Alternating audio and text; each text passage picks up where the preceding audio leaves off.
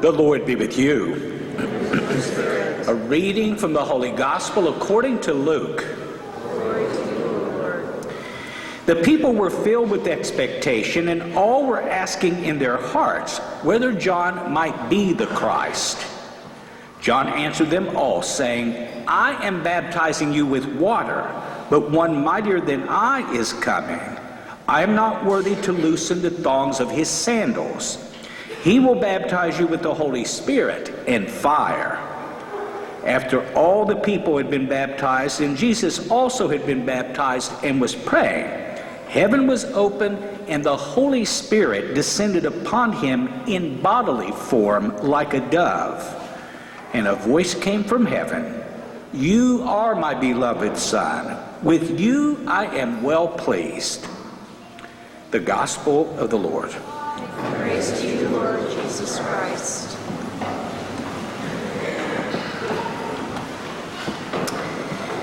Once upon a time, a little second grade little boy named Johnny was out in his backyard, and his mother was looking out the window and noticed that little Johnny was out there playing church with their cat. He had the cat sitting quietly, and he was preaching to the cat. And she smiled because it warmed her heart, and then she left and went about her work. Well, a little while later, she heard this loud meowing and hissing sound, and so she ran to the window to see what was going on out in the backyard. And there was little Johnny baptizing the cat in a tub of water. She yelled out, Johnny, stop that! The cat is afraid of water. Johnny looked up at her and with a serious look said, he should have thought about that before he joined my church.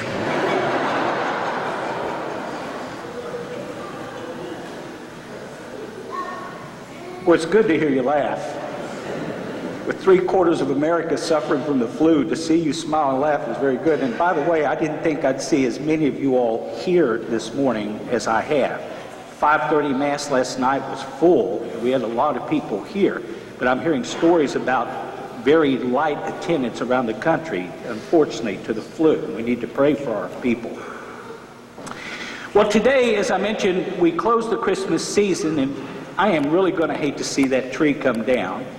But at sundown tonight, we end our celebration of Christmas, and we celebrate the Feast of the Baptism of the Lord.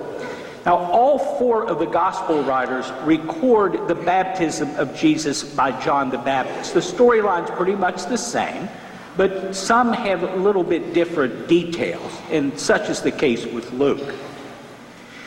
For instance, the passage which I just proclaimed for you from Luke actually is in 2 sections. The first couple verses, verses 15 and 16, we hear what we hear in all the other Gospels, the proclamation of John the Baptist saying, there is one coming who is mightier than I. I'm not fit to bend down and untie his sandal straps. I baptize with water. He will baptize with the Holy Spirit.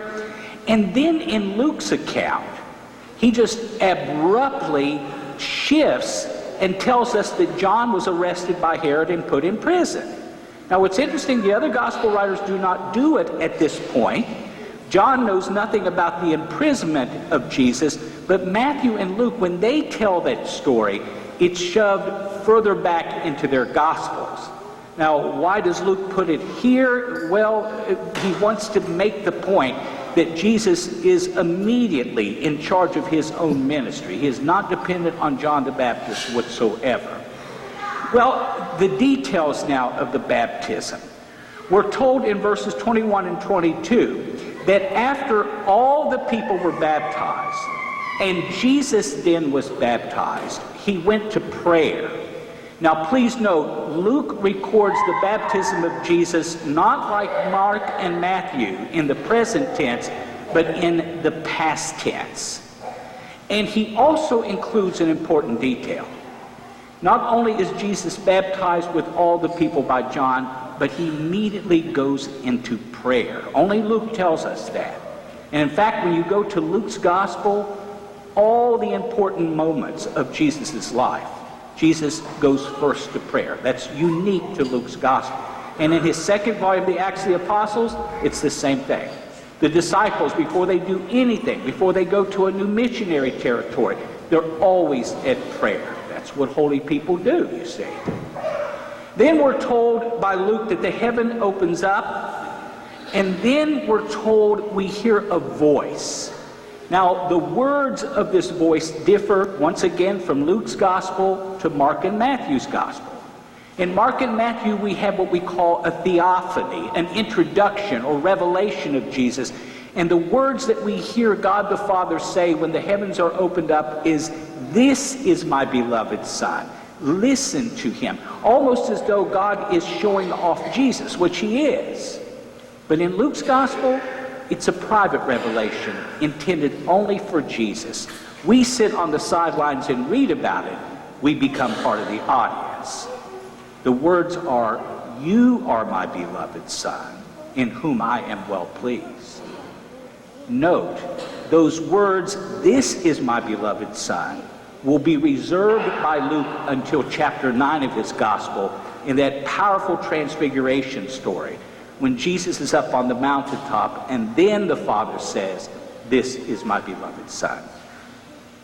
We're also told that the Holy Spirit descends upon Jesus, and only Luke tells us in bodily form. In bodily form. Why? Because Luke wants to emphasize the presence of the Holy Spirit in the ministry of Jesus. Now check this out. This will amaze you. In the Gospel of Mark, 5 times we find the words Holy Spirit. In Matthew, 12 times. In John, 15 times. In Luke's Gospel, 73 times. Why? Because the Holy Spirit is essential not only to Jesus and his ministry, but to the early church and their ministry. Everywhere they go, they are driven by the Holy Spirit. They are full of the Holy Spirit, says Luke time and time again. Well, with all these details taken into account, what's the point of the baptism of Jesus? Number one, we come to see his heavenly identification as the Son of God. Make no doubt about it, says Luke, he is God's chosen Son. He is not a man. He is God's chosen Son, first and foremost. Secondly, the whole idea of the Holy Spirit. As it was crucial for Jesus in his ministry and essential to the early church's ministry in the second volume, the Acts of the Apostles, so it is essential to each and every one of us. And that's why we celebrate the outpouring of the Holy Spirit every time we baptize one of those little babies. But thirdly, and closer to home, is what happens to us by virtue of the baptism of Jesus. When we are baptized into him, we become sons and daughters of the Lord our God because of Jesus' baptism. We become chosen by the Father through Jesus Christ to be cherished and chosen sons and daughters. And what does that mean to us? Well, that means we are brothers and sisters to one another. But the question is, do we act as brothers and sisters, fully and completely? Here at Fatima, you do a great job. But is there more that we can do? One of the problems with being a brother and sister to one another in our culture is the most significant problem in our culture today. I've alluded to it many times, and I want you please keep this in the back of your mind. The problem in our culture today is what I call the unbridled exaltation of the self. The human ego has gone totally out of whack. It has become too extended. And the result of that, the self-esteem movement of the 60s. Yes. And let me tell you right now, when the final estimates are in, when all is said and done about the school shootings, they're going to find that it was less to do with guns and more to do with narcissistic personalities rooted at the level of the heart. Now, yesterday morning's Mass, we had a pretty good-sized crowd for a weekday Mass. Palatine sisters came in large numbers. This is their section where they always sit. And the gospel for that day came from the first chapter of St. John, and it was about the baptism of Jesus and also the disciples coming to Jesus. Jesus' first disciples came from John the Baptist. They left John in order to follow Jesus. And when John is confronted by one of these disciples as to why this is happening, John says the following, and it's found only in John's gospel. He, that is Jesus, must increase, while I must decrease. And I told the people there that that's the answer to the problems in our society. Our problem is the lack of humility because of bloated egos and an over-exaggerated sense of self. And I used the example of a couple of years ago. You know, we celebrated in the Universal Catholic Church the Year of the Priest. And I know why the Vatican did that, because they wanted to put front and center the ministry of the priest so that we could get some vocations out of the deal. And we probably did. But during the course of the Year of the Priest, there was a month in there, 2 weekends of which we celebrated 2 other celebrations or feasts. Pastor Appreciation Sunday and Priesthood Sunday. Well, I'm getting all these cards, thank you notes, and all this kind of stuff, and I'm thinking to myself, this is crazy. It's bizarre. Yes, my vocation is a most important vocation, because only I, by virtue of my ordination in Jesus Christ, can take bread and wine and change it into the body and blood of the Lord. But you know what? I didn't do anything any different than you all did. You know, Tammy answered the call to become a mother. I answered the call to become a Catholic priest. And though our vocations differ, nonetheless, we are all called to serve through those vocations. And then I picked on the Palatine sisters. I said, you know what, I remember back in Logan growing up, watching these wonderful women going up and down the hollers of Logan, taking boxes of food and bags of shoes to the poor people. They wore these army boot-looking devices on their feet. And can you imagine walking around at 90-degree temperatures with the habits that revealed this much of your body? I mean, that was it. There was the long traditional black habits in 90-degree weather. It was incredible. But you know what? We never had Palatine Appreciation Month. We never had a Palatine of the Month award given out. Why? Because for these great women, it was a part of their service to the Lord. It's what you do when you become a Palatine sister, they will tell you.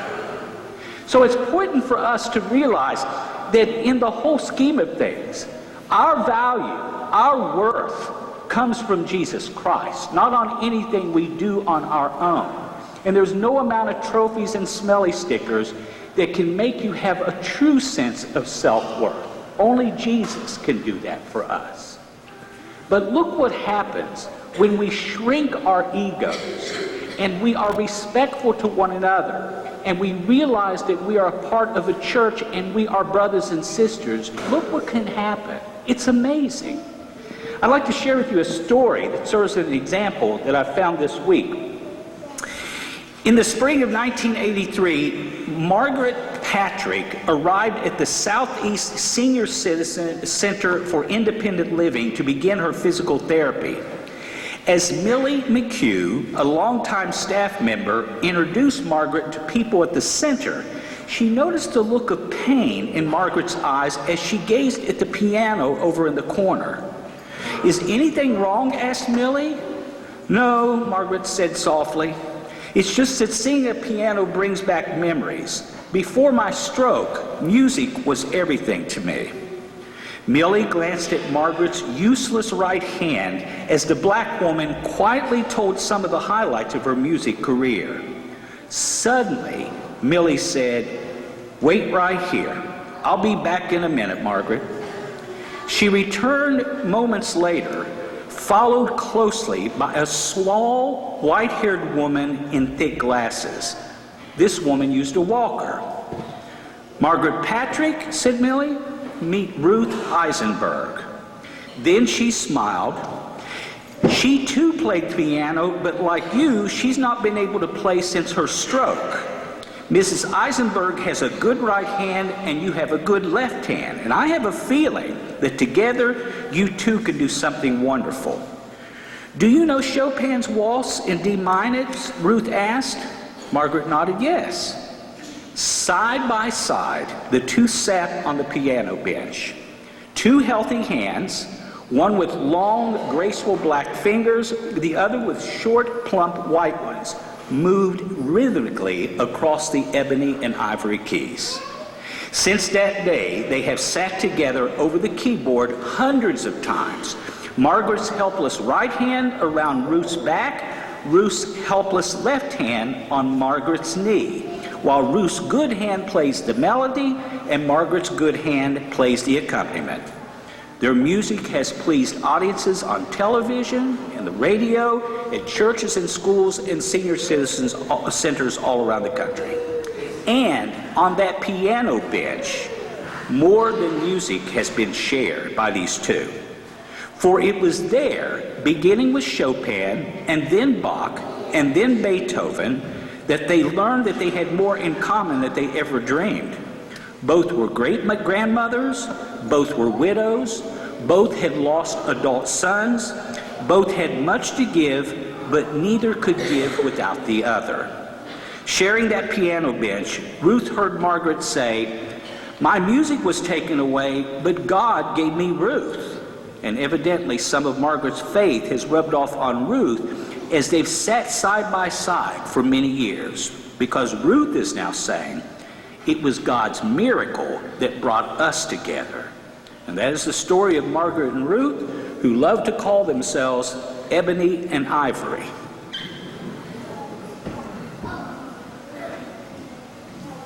I saw something like that happen back in September here in our parish. We needed to put the annual spaghetti dinner together, and for those of you who are new to our parish family, that's the big event around here for the year. We called together 12 people from the parish family, a mixture of men and women and from various backgrounds. Most did not know the others, and so on and so on. And so we started meeting in mid-September. We'd meet on Sundays for an hour, hour and a half to lay the game plan. My thinking was each of those could have influence over maybe 10 to 12 people, and that's exactly what happened. And so the spaghetti dinner was born. Well, what was interesting was in the course of these meetings, after the guards went down, the ego shrank, and they got to know one another and enjoy one another's presence, the ideas began to flow. One of the members of the group, a woman by the name of Susie Smith, said, "You know what I'm going to do? I'm going to go out and get all the stuff donated." And I know a couple of us probably thought, "Yeah, okay, sure, go ahead. You go right on ahead." Guess what? She got it all donated. She went knocking on doors, calling in favors. Lord have mercy, the people that she hit up. But she hit them up, and everything, every shred of lettuce, everything that was there was already paid for. So all of a sudden, the pressure was off. Because you see, in fundraisers like this, people get preoccupied with beating last year's numbers. Oh, we got to beat last year's numbers. We got to do more. We got to do better. Blah, blah, blah, blah.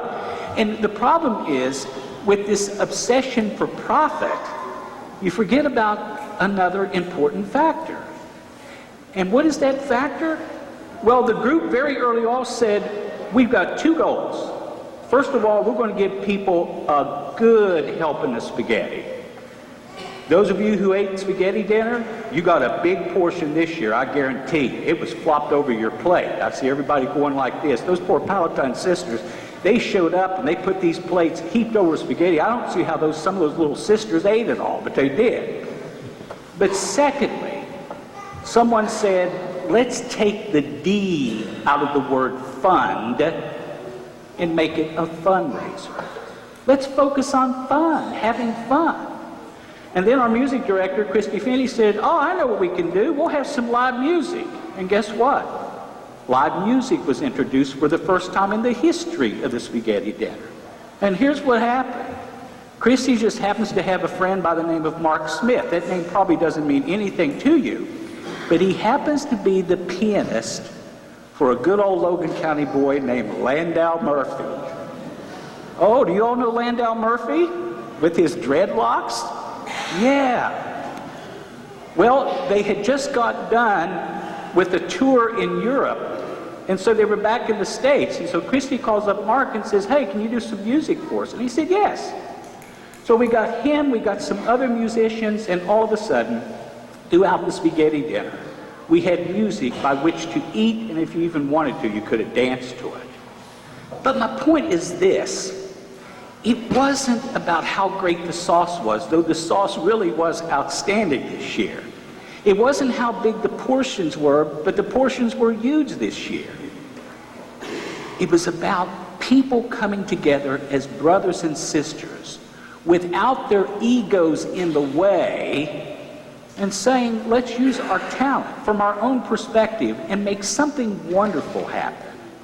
And so many people said it was the best spaghetti dinner they ever had. That it was fun. It was fun. And I know all the workers that I encountered, myself included, had a blast. But my point is this. What does the Feast of the Baptism of the Lord mean to you? Well, more than a spaghetti dinner, but it serves as the foundation for the spaghetti dinner. If we say that Jesus makes us sons and daughters of God, if we say as the result of that we are brothers and sisters to one another, then as a Catholic community, we have to live that way. And that means less focusing on me and more focusing on the Lord and others. So my brothers and sisters, may you live your baptism to the fullest, and as you do, may our church continue to grow in the way of Jesus Christ.